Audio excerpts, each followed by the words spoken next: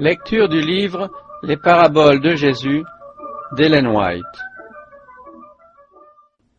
Chapitre 8. Le trésor caché. Le royaume des cieux est encore semblable à un trésor caché dans un champ. L'homme qui l'a trouvé le cache et, dans sa joie, il va vendre tout ce qu'il a et achète ce champ. Dans l'ancien temps, on cachait très souvent ces trésors dans la terre, car les vols et les rapines étaient fréquents. À chaque changement de pouvoir, ceux qui avaient de grosses fortunes étaient soumis à un lourd tribut. En outre, le pays était constamment menacé par l'invasion des bandes de pillards. C'est pourquoi les riches cherchaient à mettre leur fortune en lieu sûr. Or, la terre était la meilleure cachette. Mais il arrivait aussi qu'on oubliât l'endroit.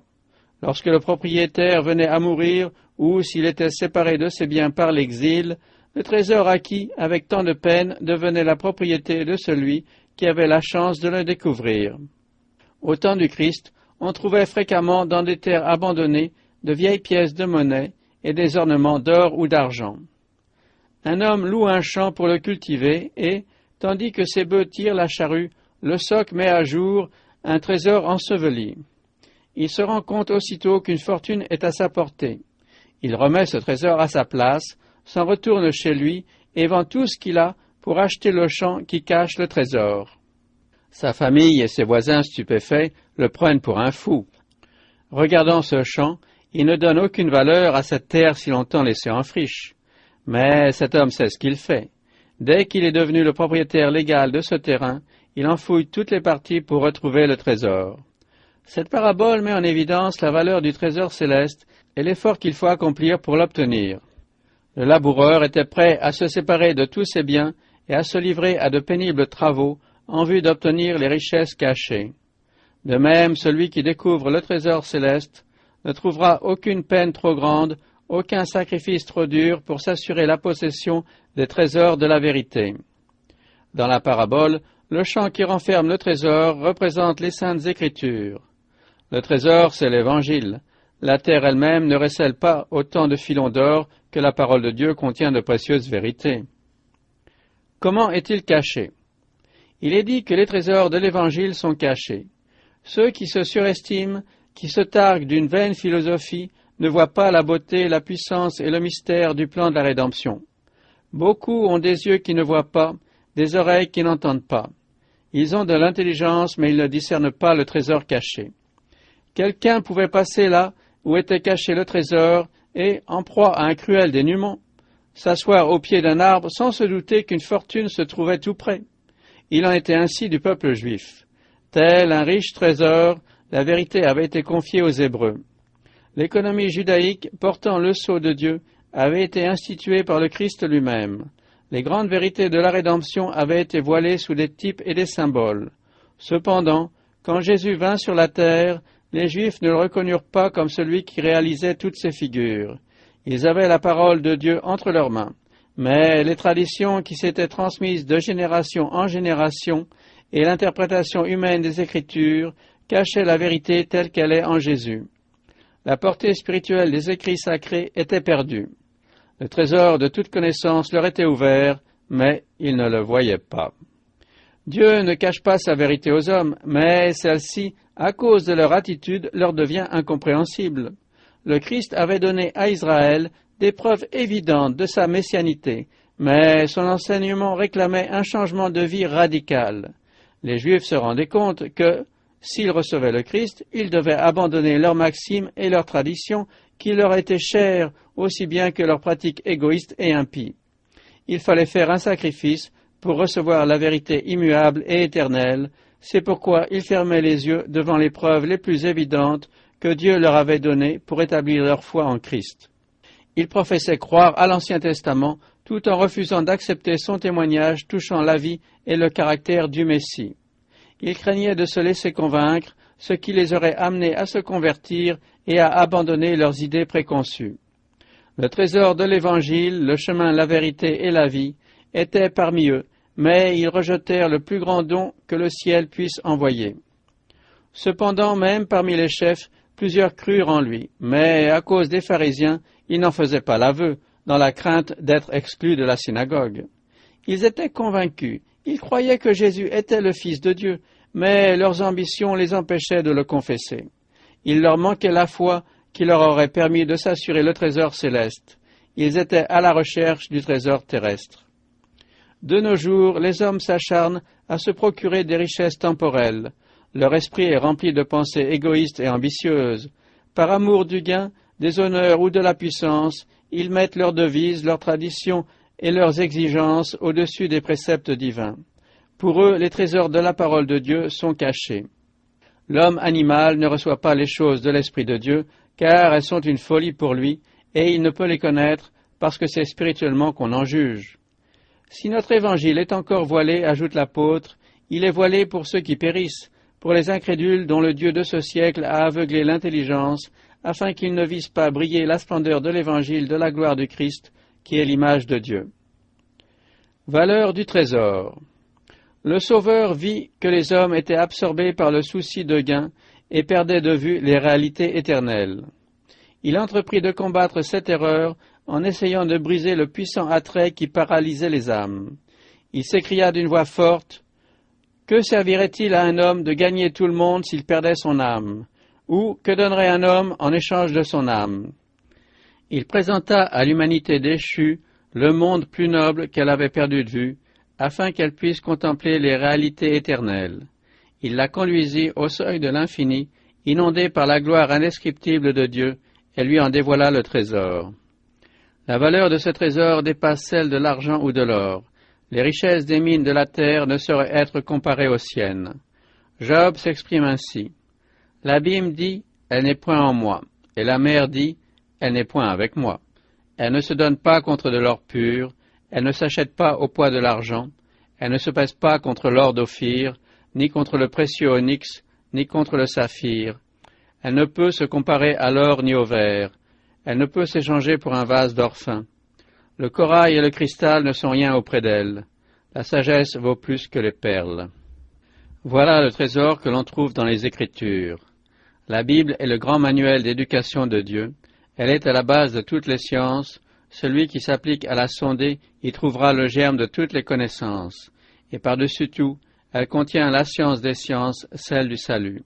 Elle est la mine des richesses insondables du Christ. C'est par l'étude et la pratique de la parole de Dieu qu'on acquiert une instruction vraiment supérieure. Mais si on lui préfère des ouvrages qui ne conduisent pas à Dieu et à son royaume, la science ainsi acquise usurpe le nom dont elle se pare. Il y a de magnifiques vérités dans la nature. La terre, la mer et le ciel en sont remplis. Ils sont nos maîtres. La nature nous fait entendre des leçons de sagesse divine et de vérité éternelle, mais l'homme déchu se refuse à les comprendre. Le péché a voilé la nature aux yeux de l'homme qui ne peut l'interpréter de lui-même sans la mettre au-dessus de Dieu. Des enseignements conformes à la vérité ne sauraient agir sur l'esprit de ceux qui rejettent la parole de Dieu. Ils tordent à tel point le sens des leçons de la nature qu'elles éloignent les hommes du Créateur. Beaucoup de gens croient que la sagesse humaine surpasse celle du divin Maître et que le livre de Dieu est un livre démodé, périmé, ne présentant plus aucun intérêt. Ce n'est pas l'opinion de ceux qui ont été vivifiés par l'Esprit. Ils voient le trésor inestimable et ils vendraient tous leurs biens pour acquérir le champ qui le recèle. Au lieu des ouvrages remplis des hypothèses d'écrivains célèbres, ils choisissent la parole du plus grand auteur et du plus grand maître que le monde ait jamais connu, celui qui est mort pour nous, afin que nous puissions avoir la vie éternelle. Conséquence de la négligence du trésor. Satan incite les hommes à penser que l'on peut acquérir de merveilleuses connaissances en dehors de Dieu. Par un raisonnement séducteur, il amena Adam et Ève à douter de la parole de l'Éternel et à accepter une théorie qui les conduisit à la désobéissance. Ces sophismes produisent de nos jours les mêmes effets qu'au Jardin d'Éden. Des maîtres font entrer dans leur enseignement les opinions d'auteurs incroyants, inculquant ainsi à la jeunesse des idées qui l'inciteront à se défier de Dieu et à transgresser sa loi. Ils sont loin de savoir ce qu'ils font. Ils ne se rendent pas compte des conséquences de leur travail.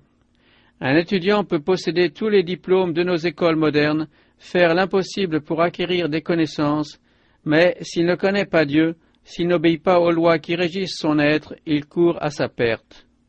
Par ses mauvaises habitudes, Il fausse son jugement et perd le contrôle de soi. Il est incapable de raisonner correctement sur des sujets qui le concernent particulièrement. Il traite son esprit et son corps d'une manière inconsidérée et irrationnelle. Par ses mauvaises habitudes, il gâche sa vie. Il ne peut jouir du bonheur. Ayant négligé de cultiver des principes purs et sains, il se place sous l'emprise d'habitudes qui le privent de paix. Ses années d'études acharnées sont perdues, car il s'est détruit lui-même. Il a abusé de ses forces physiques et mentales. Le temple de son corps est en ruine, il est perdu pour cette vie et pour l'éternité. En amassant des connaissances terrestres, il croyait faire l'acquisition d'un trésor, mais en mettant la Bible de côté, il a sacrifié celui qui vaut plus que toute autre chose. À la recherche du trésor. La parole de Dieu doit être l'objet de notre étude. Nous devons apprendre à nos enfants les vérités qu'elle contient. C'est un trésor inépuisable, mais les hommes ne le trouvent pas parce qu'ils ne le cherchent pas avec assez de persévérance.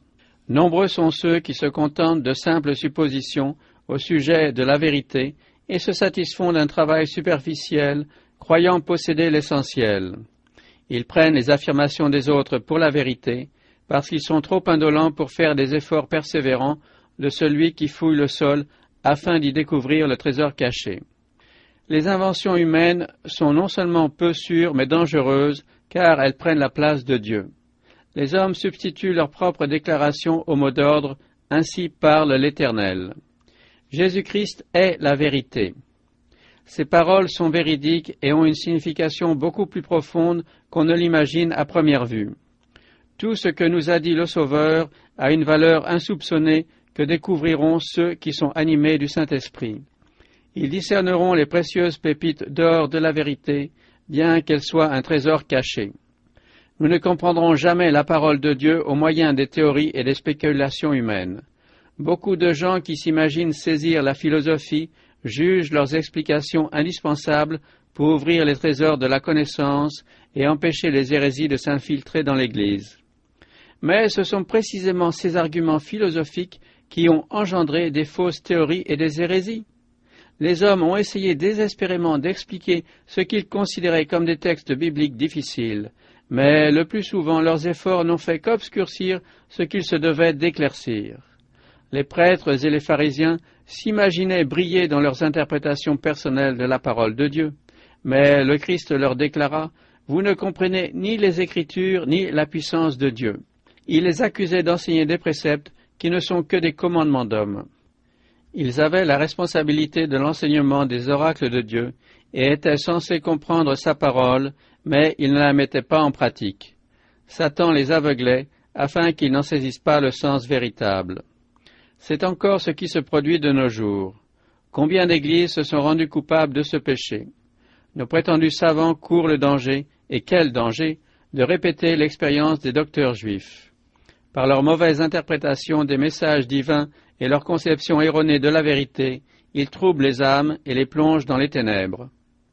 Il ne faut pas lire les Écritures à la lumière faible de la tradition ou des spéculations humaines.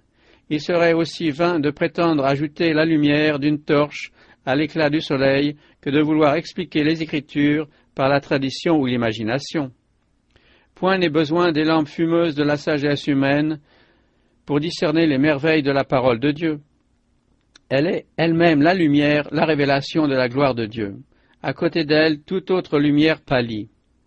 La parole doit être étudiée avec zèle et d'une manière approfondie.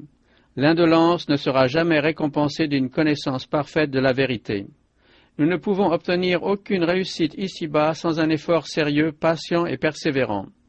Si les hommes veulent que leurs affaires prospèrent, ils doivent avoir une volonté tenace, une confiance absolue dans les succès de leurs travaux. De même, sans un effort sérieux, nous ne devons pas nous attendre à progresser dans la connaissance spirituelle. Ceux qui désirent trouver le trésor de la vérité doivent, à l'exemple du mineur, creuser avec ardeur pour arracher à la terre les trésors qui y sont cachés. Aucun travail fait avec indolence ne sera couronné de succès. Que nul ne se contente de lire la parole de Dieu, mais que tous, jeunes et vieux, l'étudient de tout leur cœur avec prière pour chercher la vérité comme on cherche un trésor caché. Ceux qui le font seront récompensés, car le Christ vivifiera leur intelligence. Notre salut dépend de la connaissance de la vérité que renferment les Écritures. La volonté de Dieu est que nous la possédions. Sondez, sondez les précieuses pages de la Bible avec des cœurs affamés. Explorez la parole de Dieu comme le mineur explore la terre pour découvrir des filons d'or. Ne vous lassez pas dans vos recherches jusqu'à ce que vous soyez au clair au sujet de vos rapports avec Dieu et de sa volonté à votre égard. Le Christ a déclaré « Tout ce que vous demanderez en mon nom, je le ferai, afin que le Père soit glorifié dans le Fils. Si vous demandez quelque chose en mon nom, je le ferai. » Des hommes de piété et de talent ont des aperçus des réalités éternelles, mais souvent ils n'avancent pas dans la connaissance parce que chez eux, les choses visibles voilent encore la gloire des choses invisibles. Celui qui tient à découvrir le trésor caché doit viser plus haut que des objectifs terrestres. Il doit consacrer à sa recherche ses affections et toutes ses capacités. La désobéissance a fermé les portes du vaste champ des connaissances que l'on aurait pu obtenir par l'étude des Écritures. Comprendre signifie obéir au commandement de Dieu. Les Écritures ne doivent pas être adaptées aux préjugés et à la méfiance des hommes. Seuls ceux qui cherchent humblement à connaître la vérité afin d'y conformer leur vie réussiront à la comprendre. Vous demandez-vous, que dois-je faire pour être sauvé? Abandonnez tout d'abord vos idées préconçues, héréditaires ou cultivées. Si vous sondez les Écritures avec le dessein d'y trouver la confirmation de vos opinions, vous n'arriverez jamais à la connaissance de la vérité. Faites-le pour savoir ce que le Seigneur dit. Si, au cours de vos études, vous êtes convaincu que les idées qui vous étaient chères sont en désaccord avec la vérité, n'interprétez pas cette dernière faussement afin de faire concorder ces dires avec vos opinions personnelles, mais acceptez la lumière qui vous est donnée. Ouvrez votre cœur et votre esprit afin que vous puissiez contempler les merveilles de la parole de Dieu. La foi en Christ comme Rédempteur du monde exige une intelligence éclairée, contrôlée par un cœur capable de trouver et d'apprécier le trésor céleste. Elle est inséparable de la repentance et de la transformation du caractère. Avoir la foi signifie découvrir et accepter le trésor de l'Évangile avec toutes les obligations qu'il impose. Si un homme ne naît de nouveau, a dit Jésus, il ne peut voir le royaume de Dieu. Il peut faire des suppositions et se laisser aller au gré de ses fantaisies, mais sans la vision que donne la foi, il ne saurait distinguer le trésor. Le Christ a donné sa vie pour nous en assurer la possession.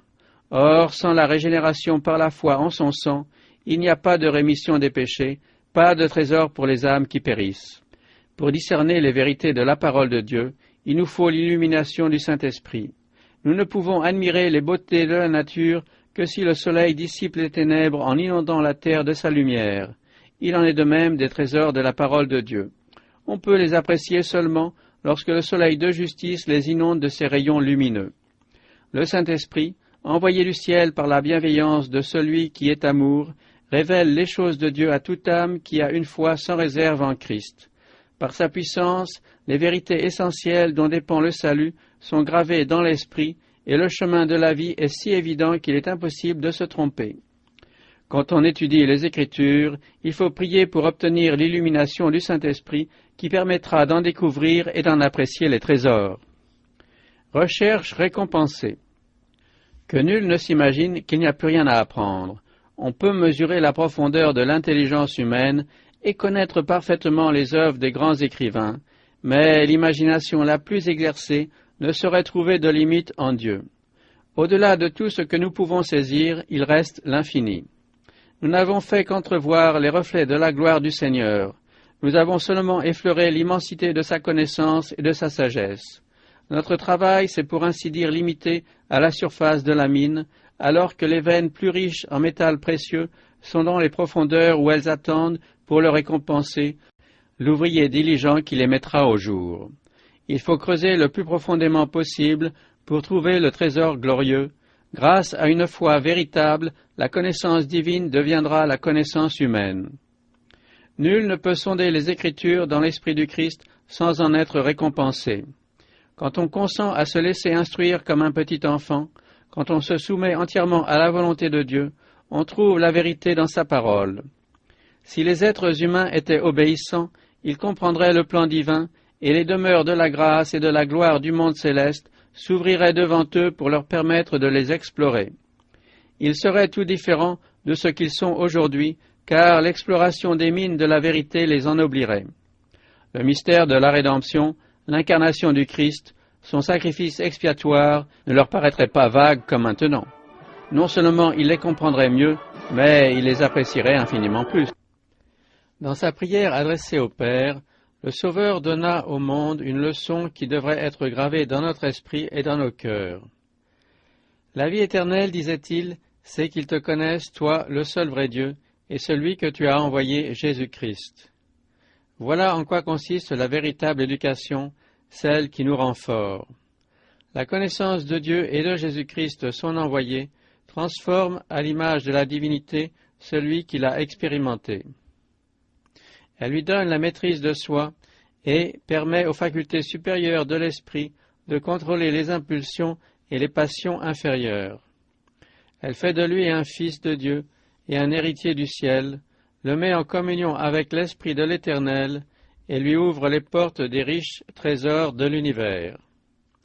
Telle est la connaissance qui s'obtient par l'étude des Écritures. Or, ce trésor est à la disposition de celui qui consent à tout donner pour l'acquérir.